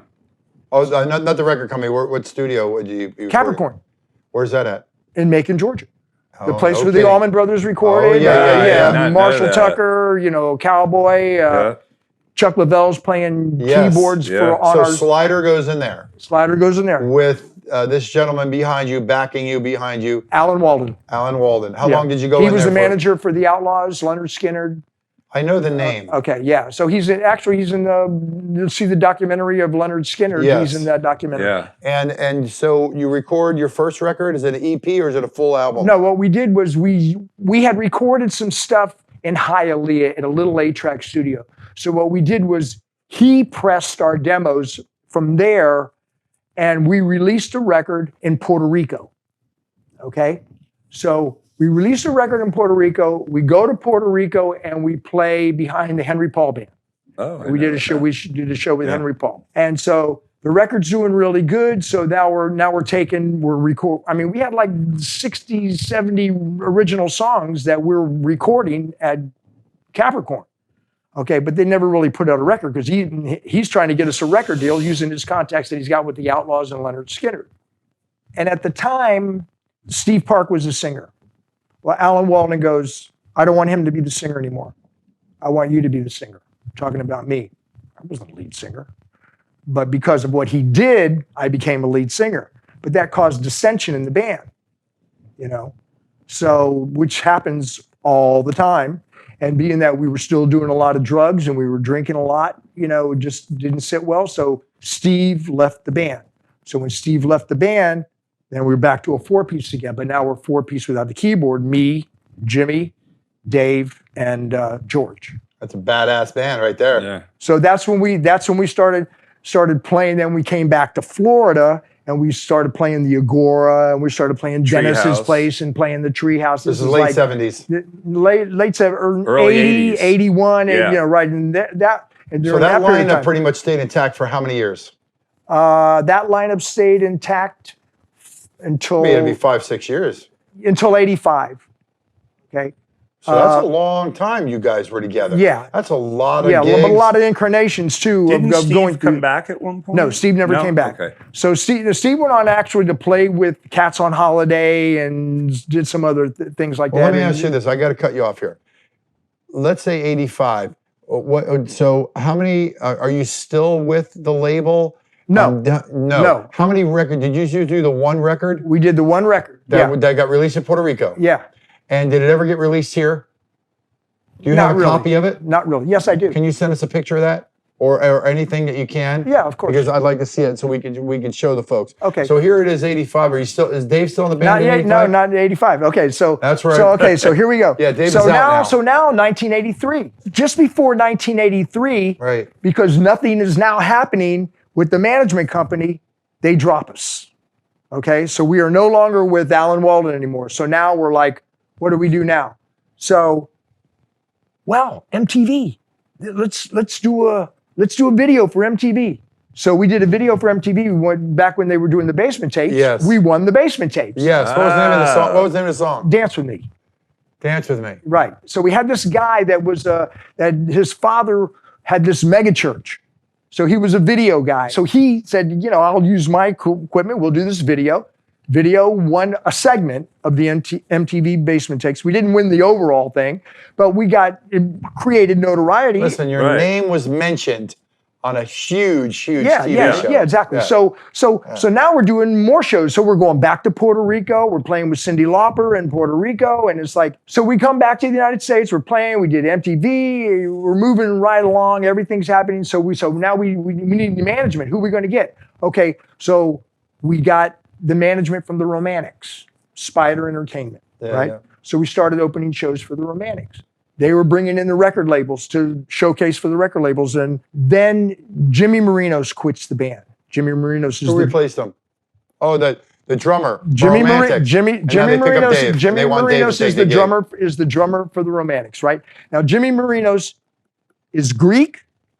He sings. He plays left-handed, open-handed. Yeah. Right? Dave is Greek. He sings. He plays left-handed, open-handed. So Jimi Marinos leaves. We're playing the button. So Dave goes, I'm going to Detroit to do the record with the Romantics. I said, Dave, you're gone. He goes, no, man, I'll be back. I go, Dave, you're gone. That's it. You're out of here. Did you know he was special? Did you know that he was going to fit right in? Oh yeah, absolutely. That's why I told him. I said, you're not coming back. Were you guys actually covering any romantic tunes at any time? No. No, not at all. No, okay. no. I'm just curious. So you know, and how many songs has he really got to learn? I mean, he's not like they're playing like two or five sets a night. They're doing one show. So so Dave goes, and we played the button the day that Dave left to go to we played the button, we loaded out in the morning, it was almost daylight. He leaves, he goes right to the airport to fly to Detroit. Somebody steals our truck with all our gear. I didn't even have guitar picks. I mean, guitars, amps, everything was gone. Where did they steal it from? They followed what is going on here, man? They followed the truck from the button, and at the time we had Sal Janko working for us, right? Yeah. So Sal is driving the truck. He goes to his house. When he goes to his house, he stops in front of his house with the truck running, runs into the house to grab something, runs back out and goes the truck down the road. Oh my God. Yep. Now that you're saying that, I do remember that. Yeah, so we had all our shit stolen. So now we don't have a drummer, we don't have anything. Meanwhile, we got a studio and a rehearsal studio in Highland Gardens that we need to keep paying on. So me and George get jobs as fragrance models at the mall. So we dress up in suits and we squirt old ladies with, Oscar de la Renta and stuff like that. And Jimi gets some sort of job, and then on the side, Jimi was out of the band. Oh no! No, that was Steve. That was Steve. Yeah. So Jimmy's still with you. George is still with you. Jimmy. Dave is out. No drummer, and you're spraying fragrances. And you just lost all your gear. And we just all of our gear. Some of you found the gear eventually. No. So we got all our gear. So we had to go get new gear because obviously nobody's got insurance. And our homeowners insurance, they're not going to cover something that's used in a job, right? And we had to keep paying our rent in the studio. And we also were painting houses. The three of us, me, Jimi, and George, were painting houses on the side so that we could have money to keep the staying band check. going. So we were bringing guys down from Atlanta. We were trying to get Morrow, who we actually got in the Satellites. I don't know if you remember the drummer for the Satellites. We got him in the Satellites. Oh, really? Because George knew him from Miami in the Satellites. We knew those guys from Atlanta, and they needed. This is before my time. I don't even know those Satellites. Yeah, George's Satellites. When is Blitz? When So anyway, so we tried these drummers. We bring the drummers down, and so we said we going to go with Randy Blitz. All right, we'll go with Randy. Who was Blitz playing with prior to that? Randy had been with Assortment. He had been Screaming Sneakers and a few other bands. Anyway, so we get Randy. Randy's in the band, and then all of a sudden these guys come up with the Cockamamie story. They want to change the name of the band. I was out. The guys in the band? George, Jimi, and Randy. They want to change the name of the band. Why? Whatever. Right, I mean, it's a really, yeah. it's a really bad taste in my mouth. Okay, I mean, so you changed the name of the band? It's really, so they changed the name of the band to The Big Bang. So when that happens, I got a picture of that. They changed. I have an album of that too. So they changed the name of the band to The Big Bang. Wow. Now we're talking 1988. Okay, so we have some investors, that were close friends. They gave us some money to do a record. So we did the Big Bang record right when CDs were first. We did albums and cassettes and CDs. And then, Jimi was having a drug problem. We wind up getting ready to break up. Dave's in the Romantics. He's been in the Romantics all this time. So he calls me up on the phone and says, listen, I'm quitting the Romantics. Let's put a band together. So we put a band together, me, Dave, Pedro, and Tony Sama. I never knew if you played Pedro. Yeah, so Tony Sama. What was the name of that band? The Daybreakers. Oh, I remember. How long did that last? About a year and a half or so. So Daybreakers, play Pedro, all your guys. That ends up falling apart eventually. Yeah, so I quit playing guitar totally. What year around? This is 1991.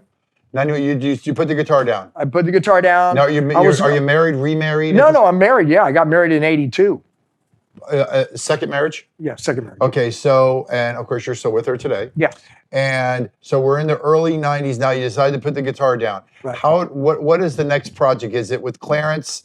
No, the next project is the Livesays. Well, actually, I was just singing for the Night Stalkers blues band. Right. With Mike Locke. Oh, and Stan Waldman. Yeah. I wasn't even playing guitar. I was just singing. They needed a singer. I said, because when I started to get back into it, I go, they need a singer. I said, hey, I'll do it. And they go, you will? I go, yeah. So that helped me become more of a singer.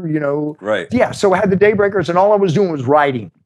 Okay. And then in the Night Stalkers, then I got a publishing deal. Publisher said, you need to put a band together so you can go out and play these songs. So I said, okay. So I was playing with the Night Stalkers in 1995, about 94, 95, and we did the Riverwalk Blues Festival, and Rick Derringer was playing the show there. Well, Eddie Zine was the drummer. And I knew Eddie from back in the Miami days, back in the early 70s, because he's from Coconut Grove. And so Eddie goes, I'm leaving Rick Derringer. You want to put something together? And I go, yeah. So me and Eddie put the band together. That long? I didn't know that. So then Eddie goes, so I go, let's have a name for the band. And Eddie goes, well, let's call it the Levesays. He's like, I don't want to call it the Levesays. He goes, yeah, like the Ramones, man. He goes, it'll be cool, make it. And I go, no, because people will be calling it the Livesays and this and that. Sure enough, the first gig we ever played, somebody goes, ladies and gentlemen, please welcome the Livesays. It was like, But yeah, that's so. So you did how long did the So we had the band together. We had the band together for a couple of years. Mars was the bass player. Yep, Mars. Okay, Mars Cowling was the bass player. Pat Travers. And John Quinn from Mr. Nice Guy was the keyboard player. John Quinn was in the band. John Quinn was in the band. Wow, and I didn't know that. Yeah, John Quinn was in the band. So we got wind. I had this woman, this Elaine Blum, who was in the original music scene. So she was kind of work with me. So she's told me, she goes, Darlene Delano is Clarence Clemons' manager. I go, I know Darlene. She goes, you do? I go, yeah. She goes, well, she manages Clarence Clemons. And Clarence, Bruce Springsteen had broken up the E Street Band. Clarence was living on Singer Island. Yeah. And she said, Clarence wants to put a band together. He's looking for guys. And I said, well, yeah, I'm interested. I'm thinking that Clarence is going to come into the Livesays, okay? Because Stan Waldman was actually was playing saxophone for the Livesays at that time, okay? So Stan had his club, one night stands. And so on a Tuesday night, it was 1997 or 1998, January 11th, because it was Clarence's birthday. We get some songs. We learn Clarence's songs. And Stan opens the club. It's on a Tuesday night. There's nobody there. So Clarence comes and they sit in the middle of the room and just watch. It was the weirdest thing. I'm thinking, oh shit, this is Clarence Clemons. And, right. Darlene and his best friend, Bruce Schwack. So we play, we do our thing. And then he comes up and jams with us. And then it's great. It sounded great. So I'm thinking he's going to use the Livesays, just Stan's the odd man out, because, yeah, exactly. So they call me the next day and say, okay, if you want the gig, you got it. I go, well, what about the rest of the guys in there? He goes, no, he only wants you. I said, well, okay. So that's how that started. And how long did you actually play with him? 12 years. 12? Yeah. Damn, I didn't even know that. I was thinking it was a few years. You know what I was just thinking? Because you guys used to rehearse at our original studio at Ridenour's, and I remember having his 60th birthday party at Ridenour's in the lounge there. I remember it like it was yesterday, man. Did you get Steve the gig? Did you get Steve the gig? Yeah. You got Steve the gig? Yeah. And you know Steve from just... I know Steve from way, back in the... same era. Yeah. When you guys were rehearsing, though, was Paul the original keyboard player? No. Bobby Fernando was, right? No, this guy Jerry Cohen, who was the keyboard player for Bon Jovi. Not Bon Jovi, it was for his solo project, for John Bon Jovi's solo project. But he had the ears from hell. He could hear a song and go, oh, that's an F sharp fifth diminished and all this, and sit down and play the song. It was like, so you were with Clarence that long? Yeah. And then when you guys weren't touring, which I'm guessing it wasn't continuous, was there a retainer there? Did you have to supplement your income in other ways? Did you throw? No. We were, because I was still playing in the Livesays. I was still playing. So so you were doing it part time. You were doing both. Yeah. When they had a show, they fly out. Yeah, because he's playing with Bruce Springsteen. Oh, so in other words, eventually they got back together, and he was still doing. Well, when we got together, we were together when I joined the band in '98. Well, that summer was when Bruce we're playing at this little club in Palm Beach called 251 Sunrise, which is kind of a hoity-toity place, and Clarence would do a gig there. He was doing a jam session at Stan's on Monday, and then we would play there on Tuesday. Okay, so we had those two gigs that we were doing all the time, and so Bruce decides that he's going to come down and lay the rap on Clarence. So he comes down to 251 Sunrise. They tell us that, listen, Bruce is coming in tonight, and so Bruce comes and he plays. He plays, he comes up and he jams at the end of the night. Was it acoustic setting? No. It was, we were playing. Did he get up and jammed? Yeah. He used my guitar. It was funny. It must have been hanging down to his knees. They told me, so I brought an extra amp, brought an extra guitar. I have a black Schecter, right? Which is telly type. So he takes the guitar and he takes the guitar, right? And he puts the guitar on and the guitar falls down in here like this because he's a little guy. Yeah. Right? Yeah. dude, how much was he? I mean, he doesn't say anything. He just looks, you know, he's like that. So I pulled the strap up, pulls the guitar up. He goes, you got to pick? I go, yeah. I hand him one of my Hercos, right? He does this. He goes, you got a manly pick? Oh, right? And I'll never forget what he said. I got more stories than that too. So she got a manly pick. With you? So I turned to Mario Seppi. Mario Seppi was a crew guy with us at the time, right? So I said, Mario, you got to pick. He goes, yeah, I got to pick, and he hands a pick to Bruce, and it was a hard pick that you know. So, and then what happened from there? So he gets back in the E Street Band. Oh. The E Street Band. So we play between the tours and his shows, because back in that time he was doing.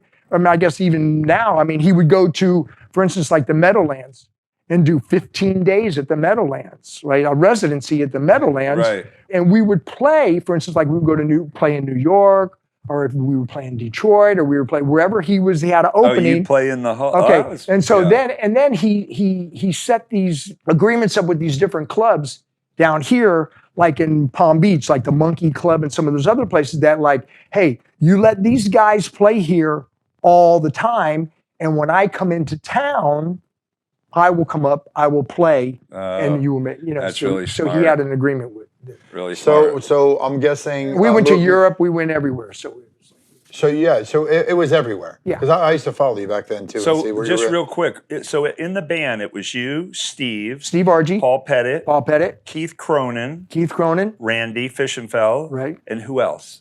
That was it, right? Oh no, you have just a piano player. So yeah, okay, I just wanted to get that in there. Okay, yeah. So what happened was we're playing that with that lineup. First it was Jerry Cohen, and then Paul Pettit comes into the situation, and then actually we had John Eatman was the first bass player. John Eatman was playing bass, and then and we also had Jonathan Joseph playing drums at one point too, because we were getting a couple of different drummers. And then Keith was actually a sub, and Keith was the best one in the bunch. I mean, shout out to Keith. Yeah, your boy's giving you a shout out, Keith. Yeah, Keith Cronin was the best one in the bunch. But for some reason, he was just filling in. So when they finally said, well, let's just get Keith all the time, So Keith came in, and he was, and then we got a gig to play for the ESPY Awards. So we're playing this hoity-toity, some corporate event in Palm Beach at some which was near Trump's Mar-a-Lago, one of those kinds of places. And the guy that was going to book us for the ESPY Awards was John Colby. And John Colby was the music director, and he played piano. I remember. Well, when he came in to do this, because he was the music director for the ESPY Awards, and he's a Grammy-nominated songwriter because he did work with that guy Burns that does the documentaries. Yeah. What's his? I can't remember, but didn't he also work with the guy who used to be on John Tisch on Entertainment Tonight? Yeah. Okay, now I know who you're talking about. So John Colby. Now, when John Colby came in and for us to do the ESPY Awards, then he became a permanent fixture in the band, playing piano. Paul played organ. And then what happened was over time, over the course of the Livesays, I really liked the idea of having the two keyboard players, especially when they both sang, because getting guitar players is, you get them that don't sing. And I went through all that, with Steve Mealy, who at one time played, and, Tommy Hall from Mr. Nice Guy was actually played bass in the Livesays at one time. So went through a bunch of different people. So finally I said, I want to have two keyboard players. And I happened to be at this reunion for WQAM radio. Rick Shaw was doing a reunion of all these bands in Miami. I go, I'm going to go to that. And when I went there, and this was like 2011, early 2011, I ran into Cookie, Cookie I knew from playing in bands when I was a kid. Okay, we had a band together, right? And so Cookie comes into the band, and then Steve Argy, who I was, talking to Steve, and he goes, I think my air condition guy. I go, who's that? He goes, Tim Murphy. I go, Tim Murphy? I go, yeah, I knew his sister from high school. I think I met him once. I go, Yeah, I go, yeah, he also plays piano. I go, give me his number. Crazy how it happens. Which is currently the lineup. That's the lineup now. The lineup today. So moving forward, because we only have another couple minutes here, a couple quick questions. Clarence passes, right. And when Clarence passes, I'm guessing, did it finish prior to that when he was ill? Did you just stop touring? Well, he wasn't ill until he got sick, until that happened. Okay. Because he had a stroke. Right. And then when he had this, he was still playing until the end. Oh yeah, we were playing. We were getting ready to go to Japan. Oh, you were getting ready to go to Japan. There was dates booked. Yeah. Clarence unfortunately passes. And at this point, what year was that around? And I also, during this time, I hooked up with Tony Stevens from Foghat. Right. Okay? Because what happened was Eddie said, listen, I just got a call from this booking agent, and he wants to know if I want to play with Tony Stevens. Okay? So I said, what'd you tell him? He goes, I told him, yeah, but I also asked him if he needed any other guys. And he goes, yeah, I need guitar players. He said, well, I got a guitar player singer that plays slide, and I got another guy, Tommy Hall. So me and Tommy. So you and Tommy Hall and Eddie ended up playing with Foghat with Tony. Yeah. How many shows you approximately did with him over the years? Okay, well, the first half a dozen. When we first got together, and this was 2005. Right. Okay, this was in 2005. Clarence was heavy in doing Bruce, and we were playing a couple of shows here and a couple of shows there. And then there was during this period of time also that we went and we played with Brian Howe. Yeah, with Brian. Yeah, me, he used Eddie. To rehearse there too. Me, Eddie, Tommy Hall, and And Tommy Hall also played with Brian too? Yeah. I missed that one. Okay, I got you. He usually has one guitar player. That's why I was curious. He had two guitar players at that moment, at that time. And now Brian is no longer with us. Is it sad that you hear, as we're talking, I'm thinking about, the ones that are no longer here. And all these names that you've mentioned, and the bands, and the camaraderie, and the music that you've made. Clarence is not here. Brian's not here. Brian, same situation. I'm just thinking about all you guys back at the original studio. I mean, Brian used to be there all the time, too. I remember one time Brian was there, and when Paul Rogers got back with Bad Company, they called me up about a rehearsal place, and Brian's standing in front of me. And they were like, yeah, this is so-and-so from Bad Company. I went, which Bad Company? Brian's standing literally 10 feet from me, and I go, I think I should tell you something. Well, we heard all about your place. I go, yeah, but I think I should tell you something.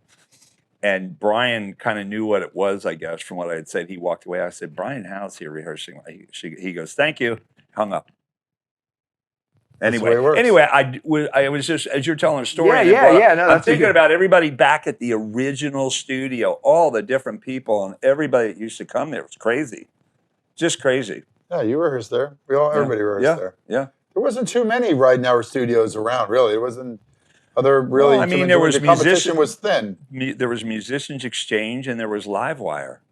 Yeah, I never was in either one of those. Yeah. But anyway, back to you. So if people, as of today, you're still doing it. I've been following you for years. How many actual? Let's start with the Livesays. The Livesays alone, with that name, the Livesays. How many records, EPs have you released? 2, 3? 6. Okay. And over how many years span? Yeah, well, the first one, back to Eddie too, right? With Eddie. Yeah, they were all with Eddie, except Eddie passed in 2018, which you know. Right. But I did a record in 1997 with me, Eddie, Stan Waldman, and Mars Cowling. That was the first record. It was sort of like. Was it called the Livesays? It was called the Livesays. Yeah. The Livesays. That was the name of the band. Yeah. Okay. But it wasn't. It wasn't really. Basically, we just did a CD, and we had a bunch of CDs, and we were trying to sell. Kind of got started. Yeah, and then it wasn't really it had no barcode or anything. I mean, it was like just because we didn't know. Okay. Right. And then nothing else. It wasn't until 2011 was the release of Rose-Colored Glasses. Right. And that was the first. That was the first real record. That's the one I remember in particular. Yeah, Rose-Colored Glasses was the first. That was 2011. That's probably the best. Did you just release something recently? Yeah, well, it's not cost effective anymore to do CDs. Record. I mean, it's like it costs so much money, and it's like so now I'm just trying to release singles on Spotify and streaming services. And stuff. Okay, so let's talk about that for the people that don't know quickly. The streaming services.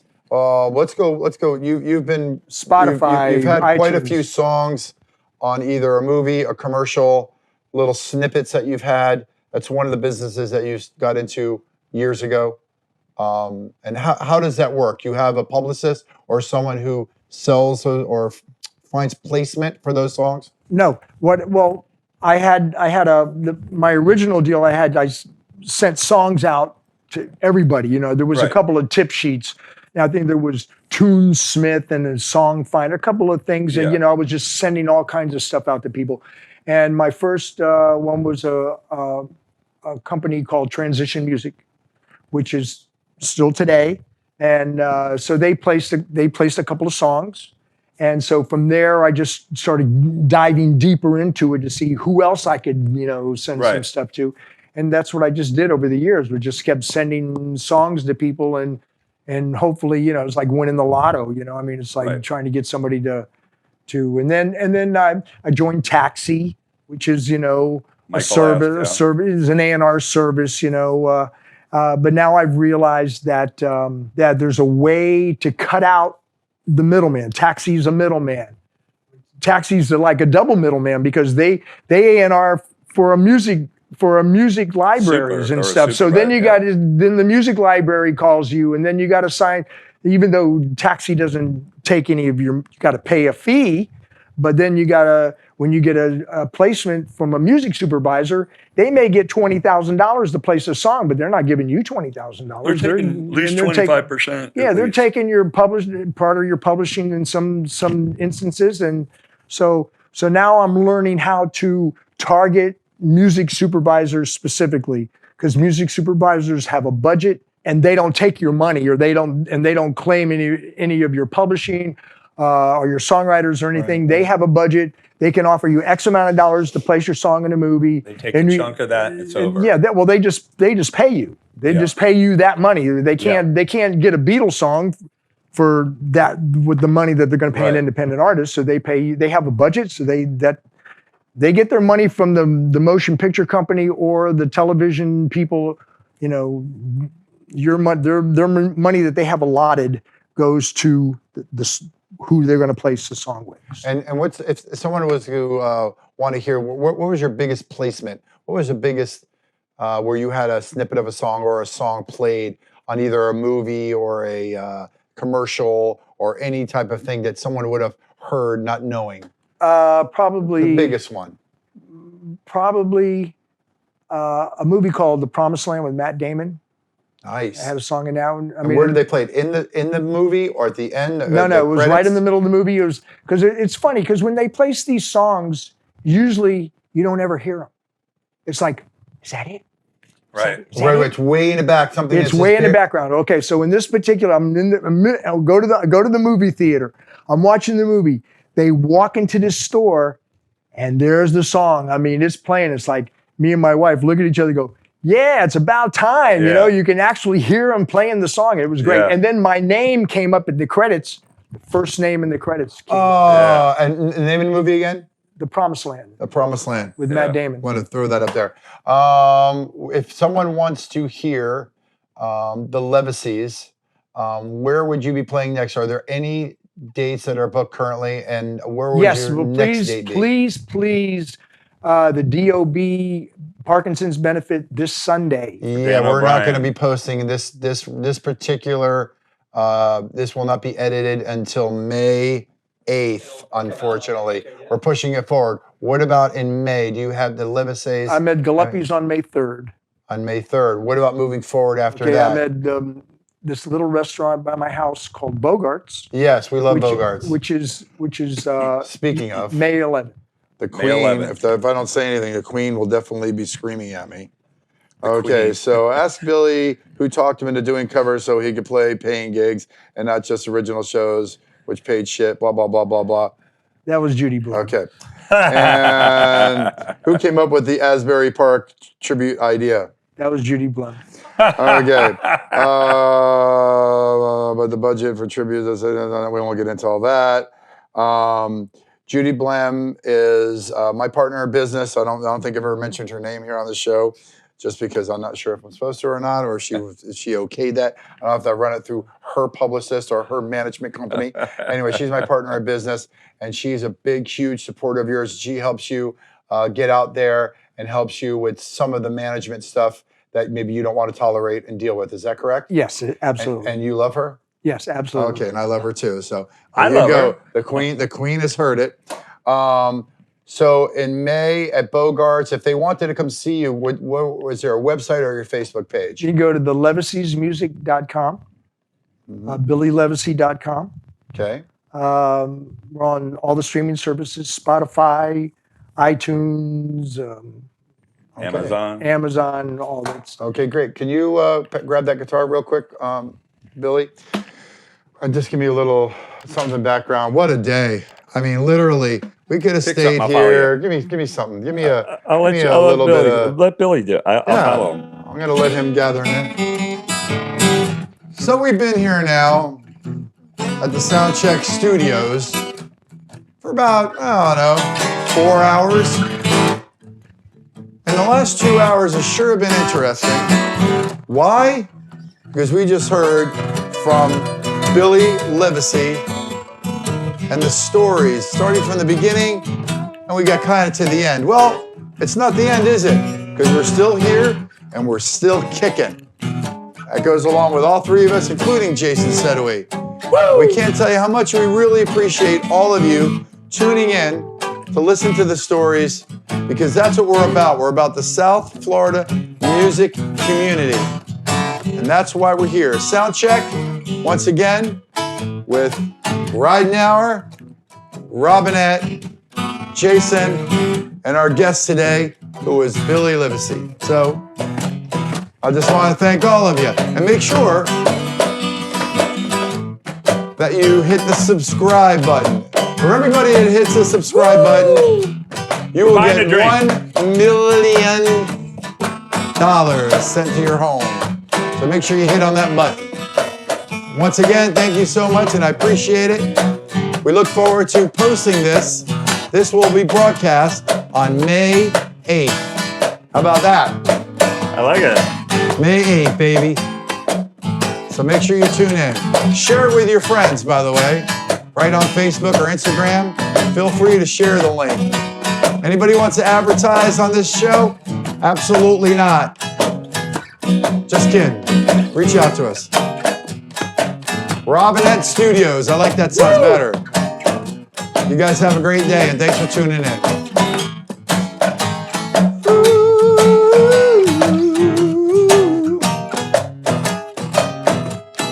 Billy Livesay. Thank you for coming out on our podcast. Thank you. Thank you.